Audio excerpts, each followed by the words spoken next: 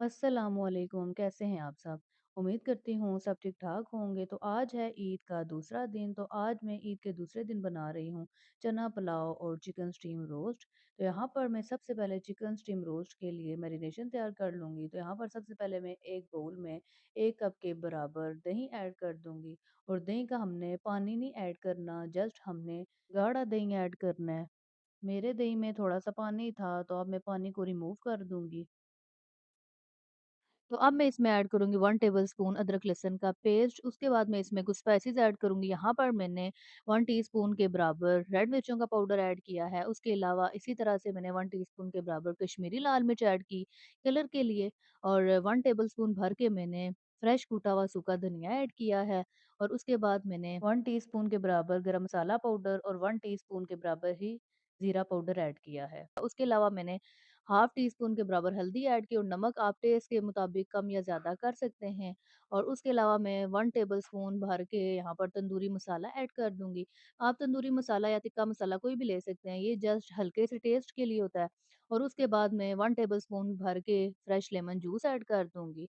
और अब इन तमाम चीज़ों को मैं अच्छी तरह से मिक्स कर लूँगी।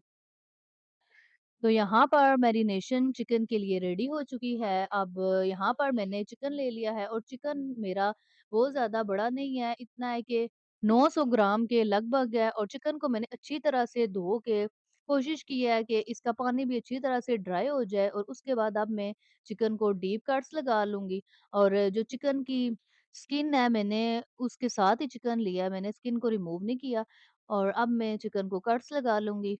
तो यहाँ पर मैंने चिकन को डीप कट्स लगा लिए हैं और अब मैं इसको अच्छी तरह से मैरिनेट कर लूँगी और कट्स में भी अच्छी तरह से मसाला लगा दूँगी ताकि अंदर तक चिकन अच्छी तरह से मसालेदार और जूसी बन के तैयार हो।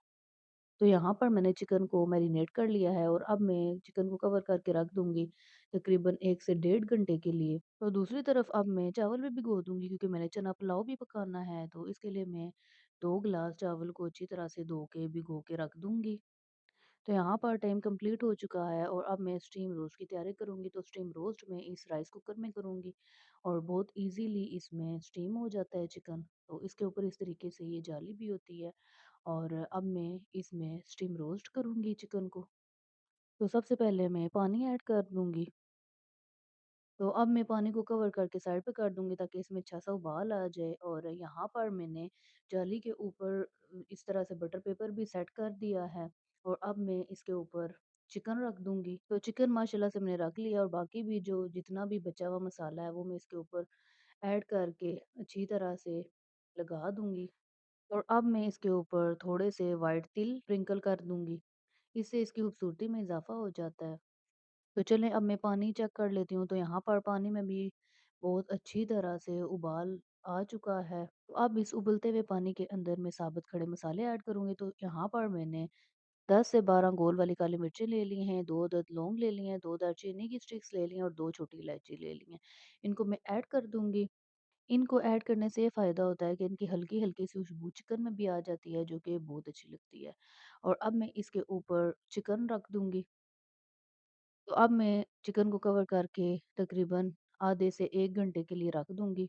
ये डिपेंड करता है कि कितनी देर में चिकन अच्छी तरह से स्टीम होता है। चलें अब मैं चिकन को स्टीम होने के लिए साइड पे कर दूँगी, तो यहाँ पर मैं चना पुलाव की तैयारी करूँगी। तो सबसे पहले मैं एक पैन के अंदर हाफ कप के बराबर कुकिंग ऑयल ऐड कर दूँगी। तो अब मैं कुकिंग ऑयल में कुछ साबुत गरम मसाले ऐड कर दूँगी। तो यहाँ पर मैंने 1 टीस्पून साबुत ज़ीरा लिया है, 4 अदद लौंग लिए हैं, 1 तेज़पात लिया है, 3 अदद दालचीनी की स्टिक ली हैं, 1 बड़ी इलायची और हाफ टी स्पून के बराबर साबुत काली मिर्चें ले ली हैं। इनको मैं ऐड करके कुछ सेकंड के लिए भून लूँगी। तो यहाँ पर मैंने गरम मसालों को कुछ सेकंड के लिए फ्राई कर लिया है और अब मैं इसमें 1 टेबलस्पून अदरक लहसुन का पेस्ट ऐड कर दूँगी और कुछ सेकंड अदरक लहसुन के पेस्ट को भी अच्छी तरह से मैं फ्राई कर लूँगी। तो अब मैं इसमें 2 मीडियम साइज़ टमाटर का पेस्ट ऐड कर दूँगी।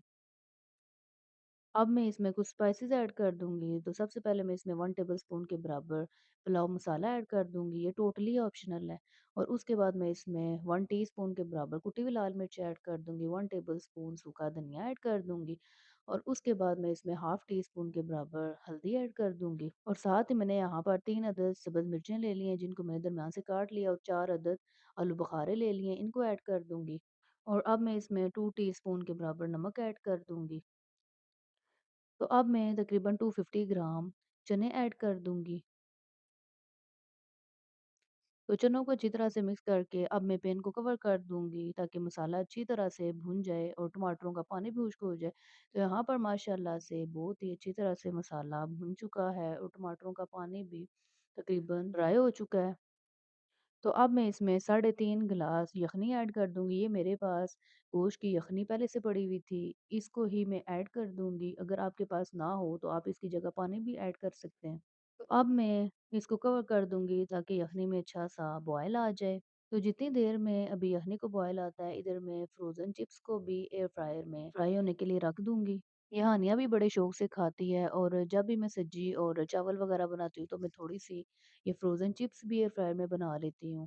तो ये भी बहुत मज़ा करती है। तो अब मैं इसको रख दूँगी एयर फ्रायर में और यहाँ पर यखनी में भी अच्छी तरह से बॉयल आना स्टार्ट हो चुका है। तो अब मैं इसमें चावल ऐड कर दूँगी और चावलों को मैंने भिगो के रख दिया था पहले तकरीबन 1 घंटे के लिए। तो अब लास्ट पे मैं इस पे हाफ़ टी स्पून के बराबर ज़ीरा पाउडर ऐड कर दूँगी और हाफ़ टी स्पून के बराबर ही गरम मसाला पाउडर ऐड कर दूँगी और इनको अच्छी तरह से मिक्स कर लूँगी। तो अब मैं पुलाव को दम पे लगा दूँगी तकरीबन 15 मिनट के लिए बिल्कुल लो फ्लेम पर।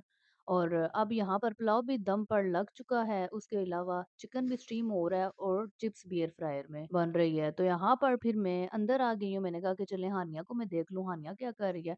और हानिया को आज मैंने सिंपल सा ही रेडी किया है, इसी तरह से कैजुअल सा ड्रेस पहनाया है कि आज हम घर पे ही हैं और हानिया यहाँ पर कार्टून देख रही है। और इसको मैंने कहा था हानिया आप शरारत नहीं करना और आप आराम से कार्टून देखें। तो यहाँ पर हानिया माशाल्लाह अच्छी बच्ची बनी हुई है और आराम से बैठी हुई है और कोई उदम वगैरह नहीं मचा रही। इसका यही रीज़न है कि मैंने हानिया को एलईडी लगा के दी हुई थी और हानिया आराम से बैठी हुई थी। अगर मैं इसको एलईडी ना लगा के देती तो इसने बहुत ज़्यादा तबाही करनी थी और ये बहुत ज़्यादा शरारतें करती है फिर। तो बस फिर मैं दोबारा से आ गई हूँ किचन में, मैंने सोचा चले चिकन को चेक कर लूँ। चिकन यहाँ पर माशाल्लाह से बहुत अच्छी तरह से स्टीम हो चुका है और अब मैं इसको अच्छा-सा कलर देने के लिए एयर फ्रायर में थोड़ी-सी देर के लिए बेक कर लूँगी। वैसे चिकन को कुकिंग ऑयल में फ्राई किया जाता है उसको कलर देने के लिए, लेकिन हम थोड़ा-सा ऑयल अवॉइड करते हैं तो इस वज़ह से मैं इसको एयर फ्रायर में कलर दे दूँगी। तो यहाँ पर माशाल्लाह से चिप्स भी अच्छी तरह से रेडी हो चुकी है और अब मैं चिप्स को निकाल लूँगी। तो यहाँ पर माशाल्लाह से चिप्स मैंने निकाल ली है और अब इसी एयर फ्रायर में मैं चिकन को रख दूँगी और चिकन को रखने के बाद अब मैं इसको हल्का-हल्का ऑयल ब्रश कर दूँगी। तो यहाँ पर मैंने चिकन पे ऑयल अच्छी तरह से ब्रश कर दिया है और अब मैं एयर फ्रायर में 10 से 15 मिनट के लिए रख दूँगी चिकन को ताकि इस पे अच्छा सा कलर आ जाए। और यहाँ पर चावलों को भी माशाल्लाह से दम आ चुका है। अब मैं फ्लेम ऑफ कर दूँगी लेकिन अभी मैं फ़िलहाल इसका कवर नहीं उठाऊँगी क्योंकि अभी चिकन को टाइम है। तो यहाँ पर अभी तकरीबन 8 से 10 मिनट ही हुए हैं और चिकन को बहुत प्यारा सा कलर आ चुका है माशाल्लाह से। तो अब मैं चिकन को साइड पे करके पुलाव का कवर उठा दूँगी तो माशाल्लाह से गरमा-गरम पुलाव भी बहुत ही मज़े का बन के तैयार हुआ है। तो अब मैं आपको चेक करवाती हूँ कि किस कदर माशाल्लाह से चावल का एक-एक दाना खिला हुआ है और बहुत ही ज़बरदस्त किस्म का चना पुलाव बन के रेडी हुआ है। तो चलें अब मैं इन तमाम चीज़ों को डिश आउट करके दिखाती हूँ। तो माशाल्लाह माशाल्लाह बहुत ही मज़े का चना पुलाव विद स्टीम रोस्ट बन के रेडी हुआ है और उसके अलावा मैंने सैलेड भी बना लिया था और चिप्स भी बना ली थी। ये चीज़ें एक तो प्रेज़ेंटेशन में भी बहुत अच्छी लगती हैं और दूसरा खाने के टाइम ये मज़ा भी दुबाला कर देती हैं। और उसके अलावा मैंने दही की चटनी भी बना ली थी।